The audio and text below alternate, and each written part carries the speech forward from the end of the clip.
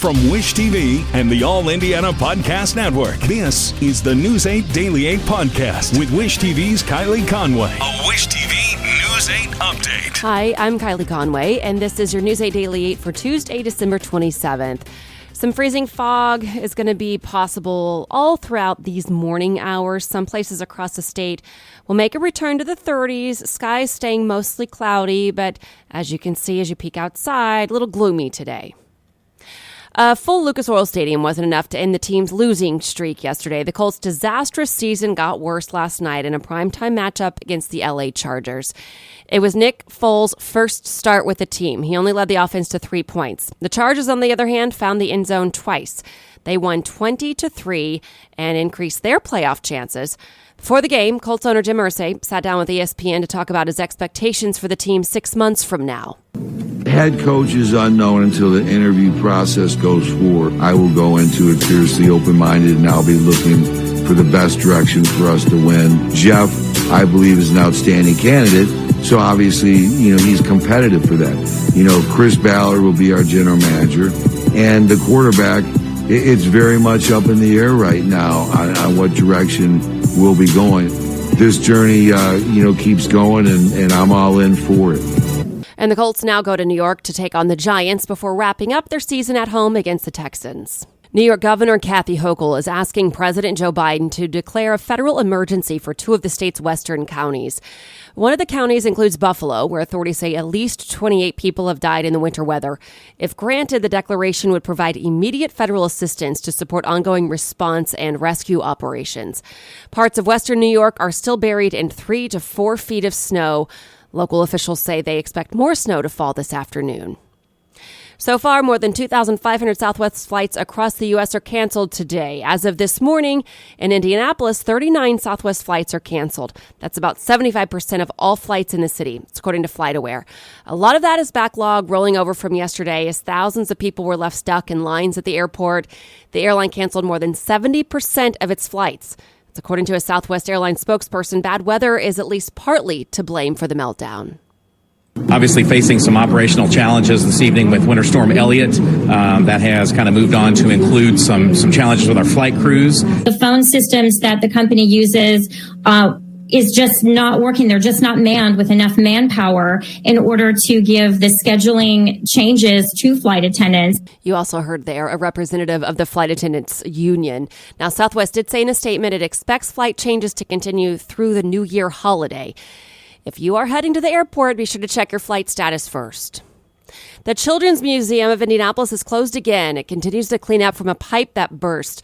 As we've reported, the weekend's winter storm caused a pipe to freeze and then break. It flooded the Welcome Center. Museum staff says that they are still assessing the damage, but right now the museum's collections are not at risk. It also says without the Welcome Center, it cannot process all museum attendees. It hopes to reopen tomorrow. Multiple families are out of their homes this morning because of a pipe that burst on the east side. It happened Sunday at the Wellington Village Apartments. The Perez family says water started pouring from the ceiling in their bedroom and bathroom, flooded their apartment, and at least 5 others. Neighbors say 10 to 12 families are affected.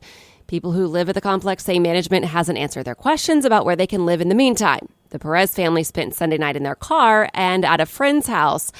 Having a young daughter with special needs, Alex Perez says he's worried. She also says it's not clear if her apartment will be habitable again. The House Select Committee investigating the January 6th insurrection breaks down a key White House official and what she learned about the riots.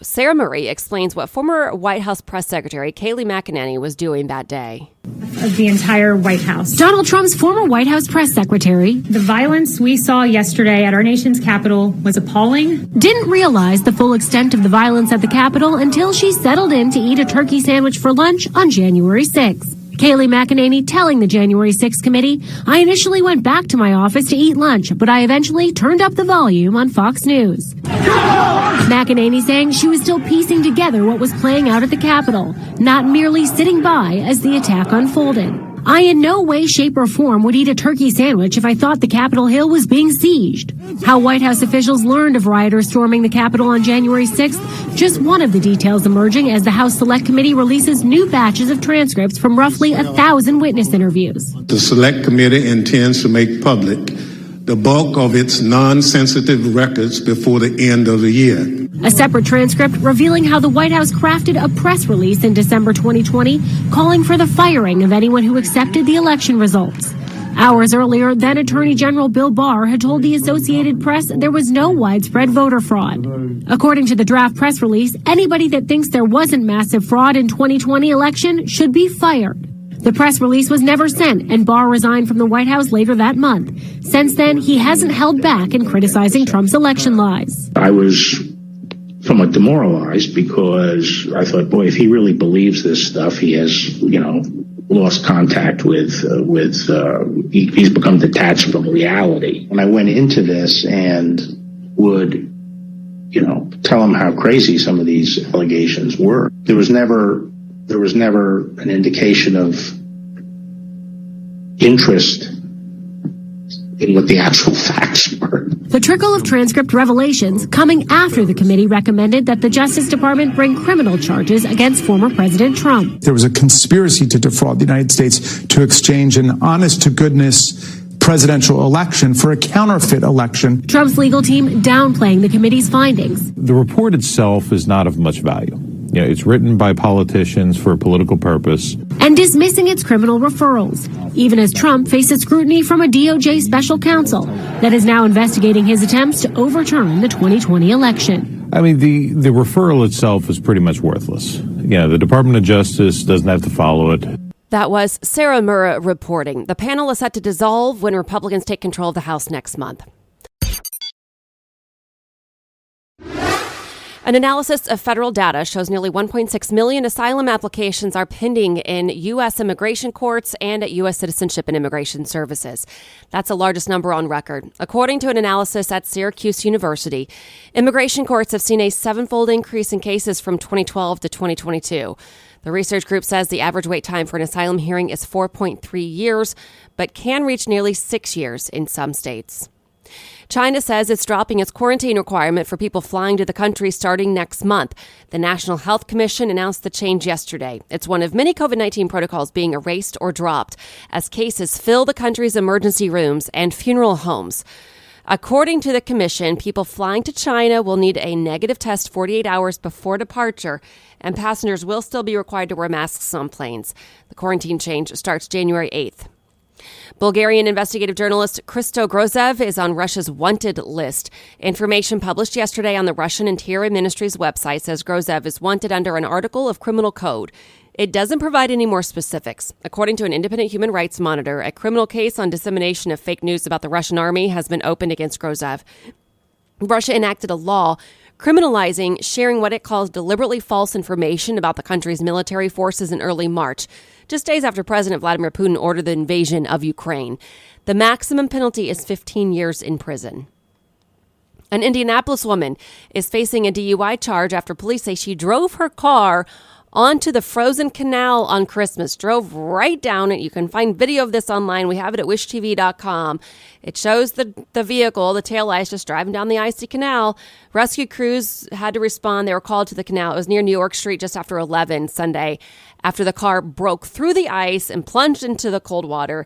Officials say the driver, 33-year-old Biakia Gleason, was the only person inside, and she made it out okay.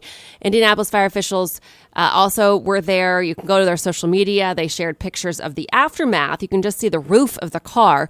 Gleason says that her GPS took her onto the canal. This was the area of the Colts canal play space off of St. Clair Street. Officials did eventually arrest her, said she was intoxicated. A newly released index shows Americans upped their spending during the holiday season this year. According to the MasterCard Spending Pulse, U.S. retail sales increased 7.6% during the period of November 1st to December 24th, compared to the same time last year. The company looked at in-store and online sales. The index shows Black Friday as the biggest spending day of the season. It shows sales were up more than 12% this year. And you can give new life to your Christmas tree by recycling it. This is only for Marion County residents. The Department of Public Works says there are 7 drop-off locations. And when you bring your Christmas tree, DPW wants you to make sure there are no tree stands. All of the ornaments, tinsel, lights, and decorations are removed. And this is for live Christmas trees, not the reusable one. not any of the reusable ones. There are 7, again, drop-off locations. Some are a little different than previous years because of construction. You can drop off the trees at all of those places. If you take them anywhere else, it could be considered illegal dumping, and it could be a fine of up to $3,000. So you can do that through January 31st. You can find all of the drop-off locations on wishtv.com. And after experiencing winter weather for the past few days, there's a closer look at the season in outer space. So according to NASA, there are these mega dunes with carbon dioxide, frost, and ice on them. The frost makes the dunes and other areas of Mars' landscape look darker. And according to NASA, Mars also experiences cube-shaped snow and sub-zero temperatures. In some areas, the red planet can get as low as negative 190 degrees Fahrenheit during winter. And finally, to some business headlines. The world faces a recession next year as rising interest rates cause many countries to see their economies contract. The report from the Center for Economics and Business Research says the battle against inflation is not won yet, and many central banks will keep raising rates. Also, China is now not set to overtake the U.S. as the world's largest economy until 2036 at the earliest, 6 years later than expected. Anyone being paid through apps like Venmo or Etsy just got a reprieve from the IRS. The Revenue Service announced it would delay the implementation of a rule change that would have resulted in a virtual paper chase of tax forms going out by January 31st to anyone using such apps for their business transactions. The IRS has postponed it by a year. Restaurants are finally getting back to full staff. The industry, which experienced among the biggest reductions in jobs and workers after COVID-19 struck the U.S., has erased most of those losses. The Wall Street Journal reports this past month, restaurants and bars had nearly doubled the number of employees working at the pandemic low in April of 2020. It's according to the Labor Department. And the car dealership Guy.com reports the last 10 days of December are a car buyer's fantasy. He says sales are super slow and buyers have lots of leverage. Older cars need to go by the end of the year, and dealers are motivated to sell. This has been your News 8 Daily 8 for Wish TV. I'm Kylie Conway, online at wishtv.com, and follow us on Facebook when you search Wish TV. This is the News 8 Daily 8 podcast with Wish TV's Kylie Conway. A Wish TV News 8 update on demand. For even more, on demand and on the go. Connect with Wish TV on Facebook at wishtv.com and on the free Wish TV mobile app.